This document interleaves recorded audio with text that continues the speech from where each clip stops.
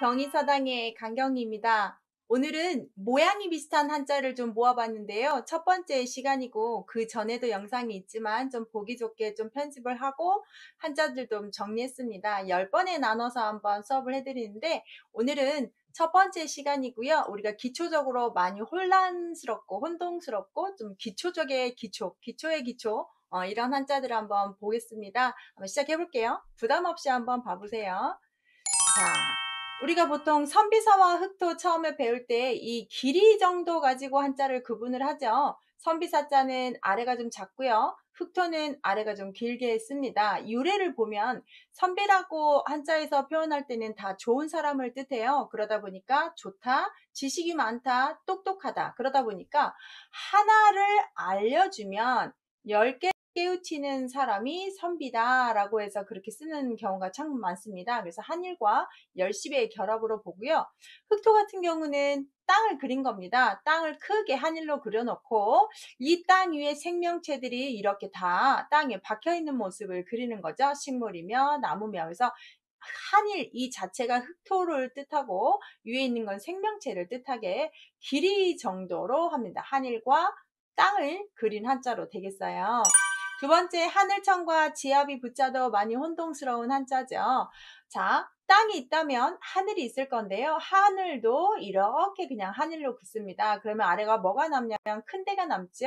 큰 데는 사람이 양팔 벌리고 있는 모습이기 때문에 사람이 이렇게 서 있는데 그 위에 하늘이 있구나라고 하는 거고, 그럼 이 지압이라는 말이 여기에 하늘천보다 위에 조금 더 나가서 지압이 부가 되는데요.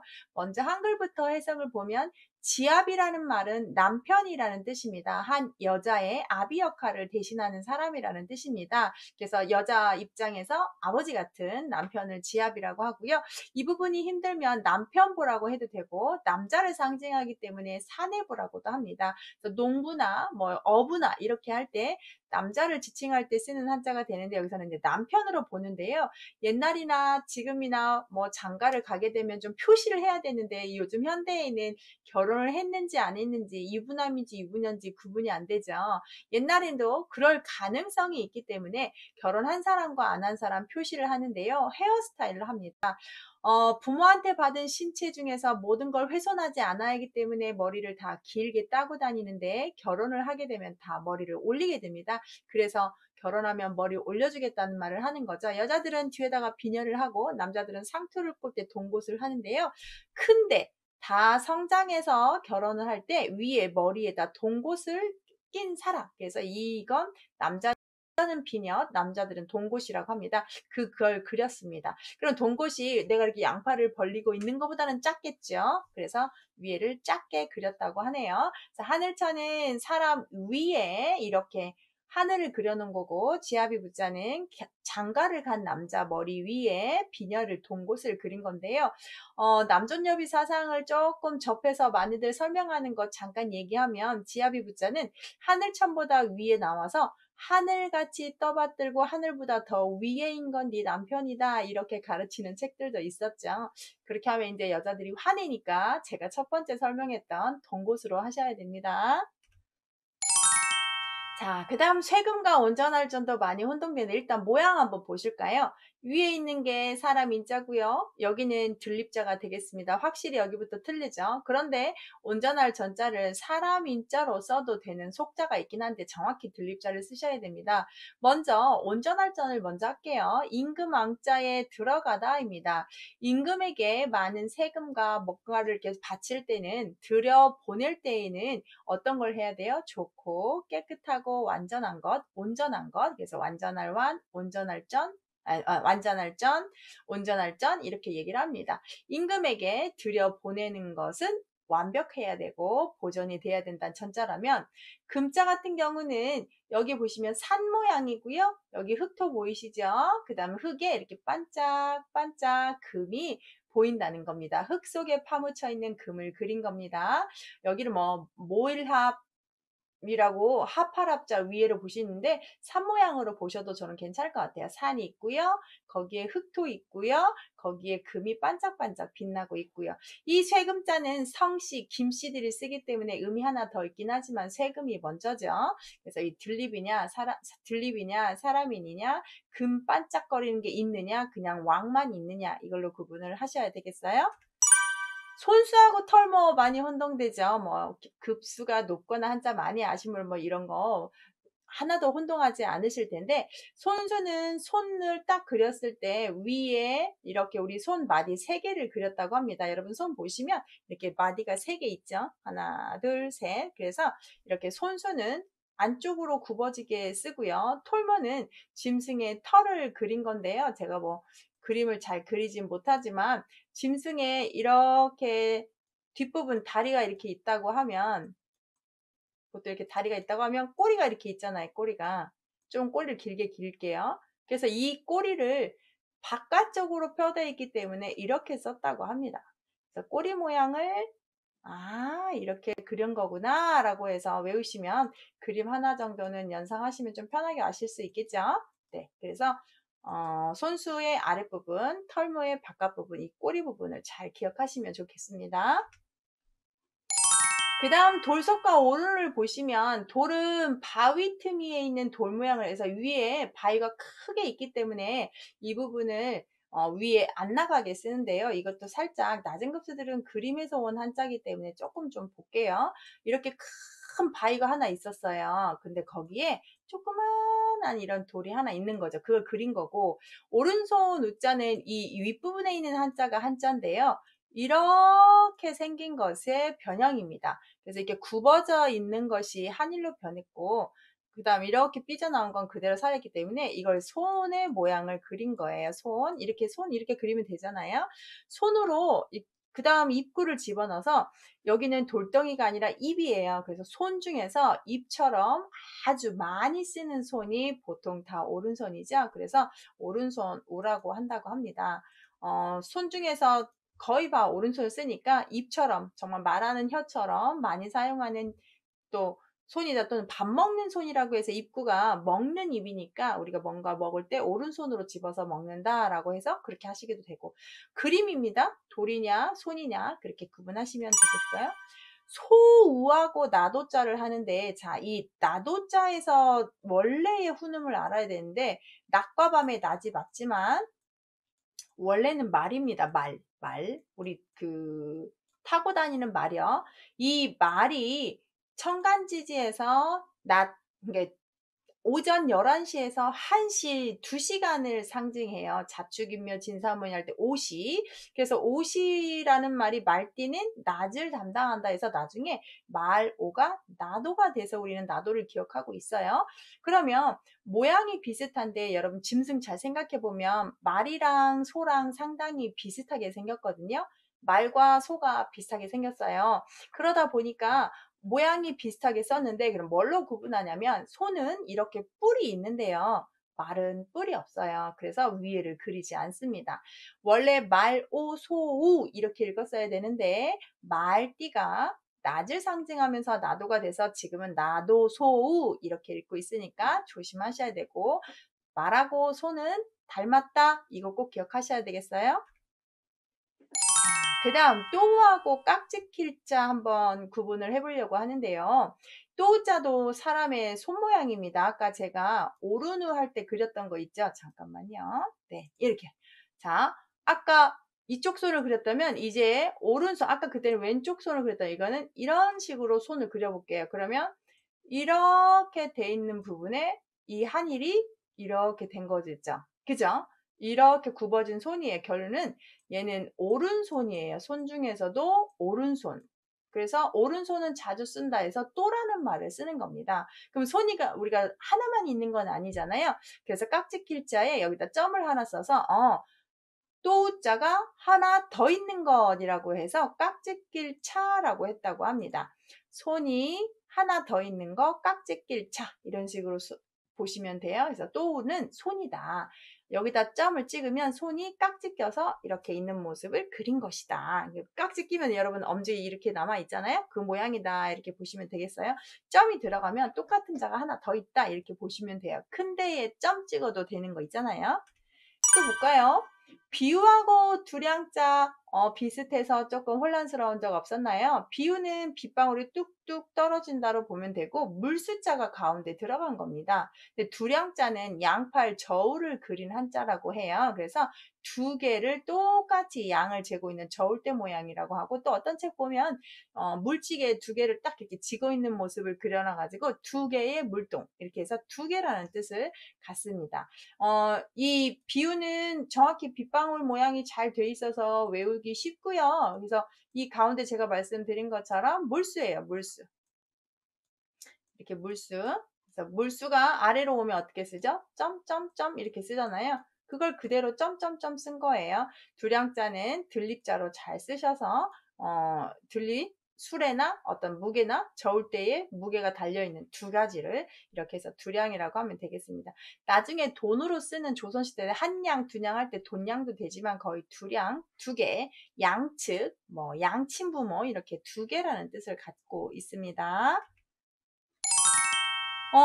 자, 아까 이제 손의 총 집합인데요. 언뜻 자, 이거부터 한번 볼까요? 버두하고 돌이킬반 상당히 비슷해요. 버두하고 돌이킬반 엄청 비슷하죠? 자, 그런데 똑같이 들어가는 게 여기 손 모양이에요. 손 모양이죠. 그 다음에 여기에는 또 손이 또 들어왔죠. 아까 제가 오른우 할 때 써봤습니다. 그러면 손과 손입니다.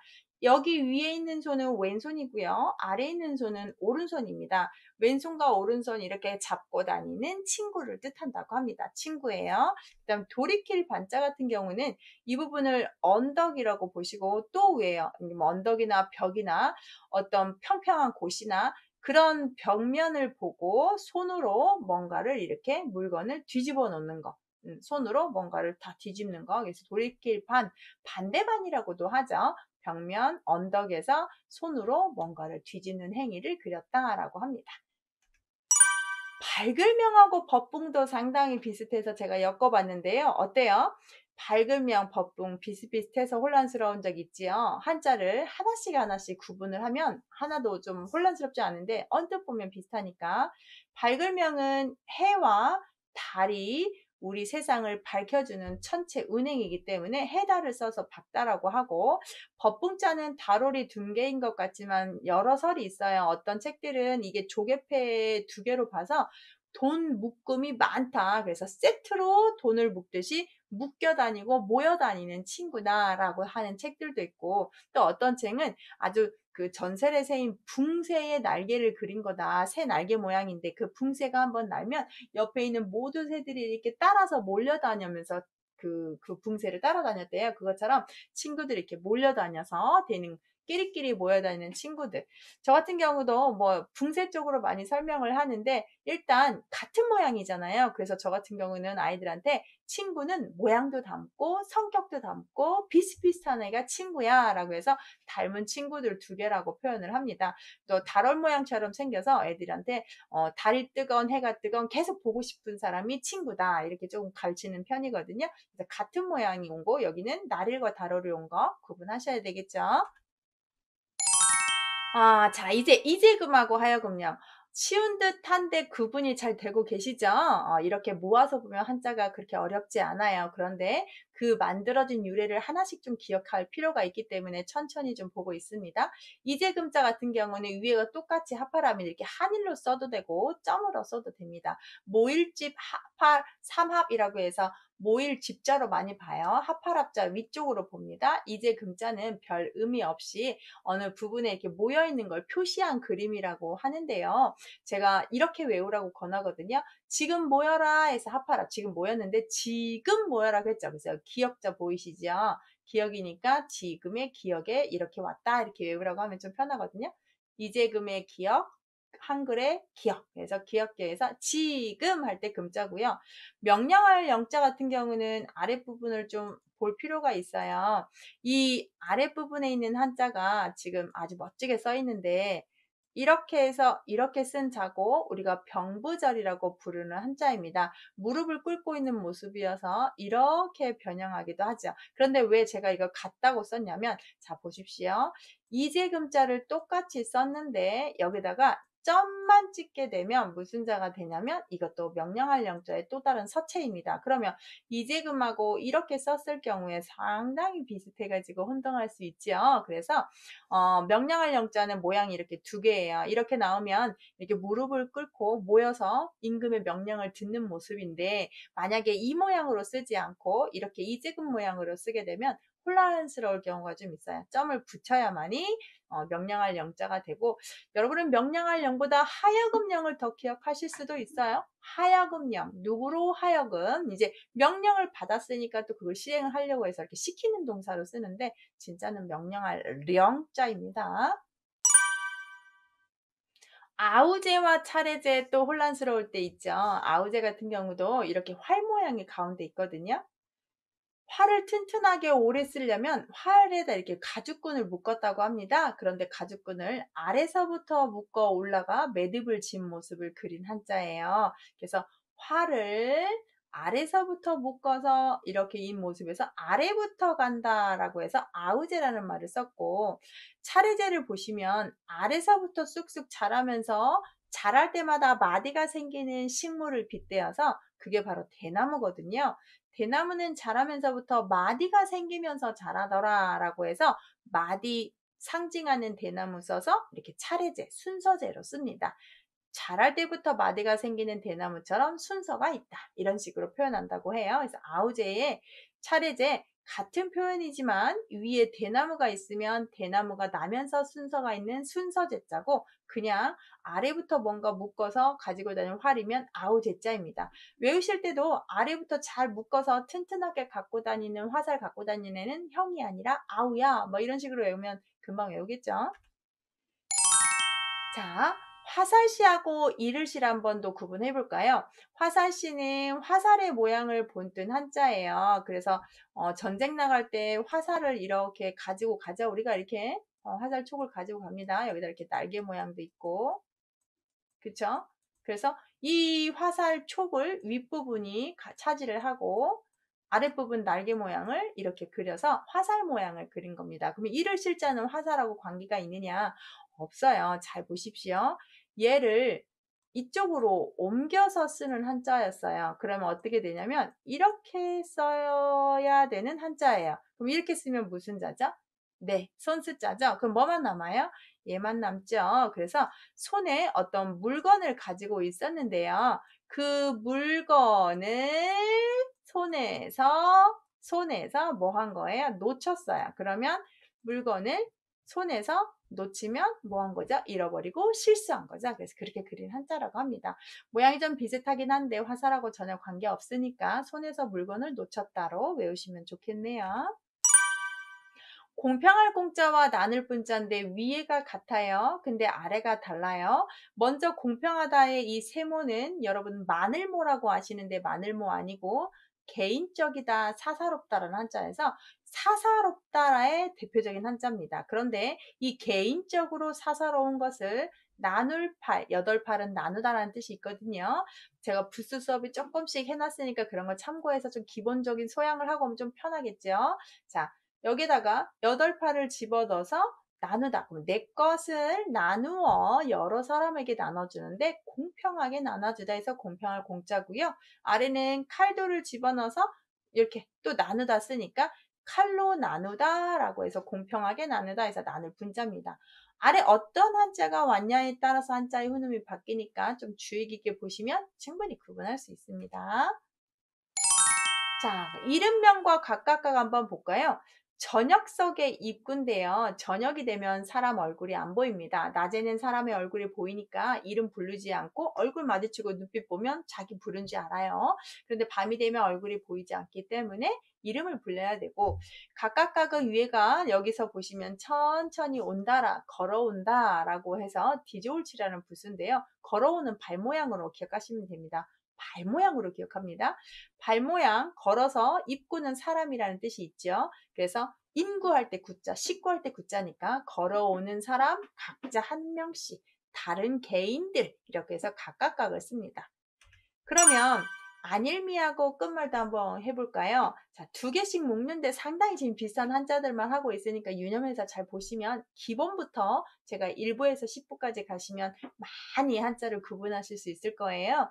아직미하고 끝말을 보시면 나무가 똑같이 들어갔는데 아까 하늘천하고 지압입 구분하듯이 나무목을 들어갔어요. 그런데 이 윗부분이 가지가 작아요. 그런데 끝말은 윗부분 가지가 길어요. 똑같은 나무인데 위에가 짧고 위에가 길어요. 그래서 아직 짧기 때문에 자라고 있는 나무입니다. 그래서 아직이라는 말을 쓰고 끝말은 다 자랐기 때문에 끝났다. 성장이 끝났다 해서 끝말이라고 합니다. 뭘로 구분해요? 위에 가지가 짧냐? 위에 가지가 기냐? 그걸로 하시면 되겠습니다. 쉽죠? 자. 마지막이에요. 또역자하고 불글적자 구분하겠습니다. 또역자, 불글자 언뜻 보면 같아 보여요. 구분하셔야 되는데 또역자는 원래 사람이 이렇게 머리고요. 사람이 이렇게 서 있고 팔 뻗고 있는 사람인데 특히 사람의 겨드랑이를 강조하고 싶어서 이렇게 점을 두 개를 붙였대요. 사람이 이렇게 서 있는데 겨드랑이를 그리고 싶어서 그런 건데 제가 이제 사람을 그대로 그리진 않고 쫄라맨처럼 하나만 그려볼게요. 이게 머리예요.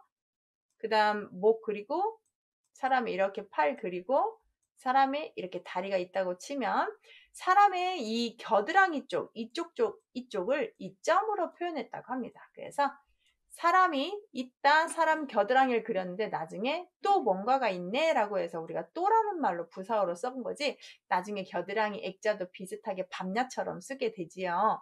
불글적 같은 경우는 위에가 큰 데의 변형이고요. 아래는 점 4개면 불화자예요. 그래서 큰 불이 났습니다. 그러면 엄청나게 불 색깔이 붉은색이 되죠. 막 그냥 매연까지 해가지고 활활 타오는 그런 불을 뜻하는 한자예요. 크다. 그 다음 아랫부분에 불 이렇게 구분이 완전히 다른데 모양이 같아 보여서 조심하셔야 돼요. 자, 마지막인데요. 위에 보시면 아까 각각각을 배웠습니다. 위에는 집이고요. 집에 각각 한 명씩 오는 객, 손님이고요. 얼굴용자는 아래가 골짜기 곡자예요. 그래서 집을 골짜기처럼 넓은 곳에 지었다. 자, 넓다라는 말에서 상대방의 허물도 넓게 받아들이는 사람이다 라고 해서 얼굴용보다는 원래 용납할 용자라는 한자입니다. 용납하다, 인정해주다 라는 용자인데 이 용납할 용자가 나중에 얼굴 모양처럼 생겨가지고 얼굴용으로 썼는데 용납하는 너그러운 얼굴 이런 말을 쓰다가 나중에 얼굴이라는 말로 쓰게 돼요. 솔직히 얼굴이라는 말은 많이 쓰지 않고 용납하다, 용서하다 이런 말로 훨씬 많이 쓰거든요. 여기서 근데 얼굴용을 대표 혼용으로 했으니까 그러면 우리가 얼굴 모양을 좀 찾아봐야 되지 않겠습니까? 근데 어거지라도 한번 얼굴을 그려볼게요. 위에 뒷면인데 얼굴 모양이라고 했으니까 근데 여기다 갓을 하나 그릴게요. 그러면 이제 이 부분이 해결이 됐죠. 그 다음 얼굴 눈 하나 그리고 수염도 좀 이렇게 나고 그 다음 여기다가 입구도 그리고 그러면 이렇게 하면 얼굴이 되지 않겠습니까? 제가 그냥 만든 거예요. 이게 얼굴이라고 하니까 원래는 집이고요. 집을 골짜기 넓게 긋는다 또는 어디 책 보니까 집에 뭔가 이렇게 많이 담아져 있는 그릇을 그렸다, 항아리 그렸다 이렇게 하는 책도 있어요. 넓다라는 말에서 나중에 얼굴용이 용납하다, 넓게 받아들이다 이렇게 됩니다. 제가 그린 거 좀 사람 얼굴 같지 않나요? 이렇게 외우면 좀 편하겠죠? 자, 오늘은 모양이 비슷한 한자 배워봤습니다. 모아서 한번 보시면 쉽습니다. 다음에 두 번째 시간으로 또 알려드릴게요. 감사합니다.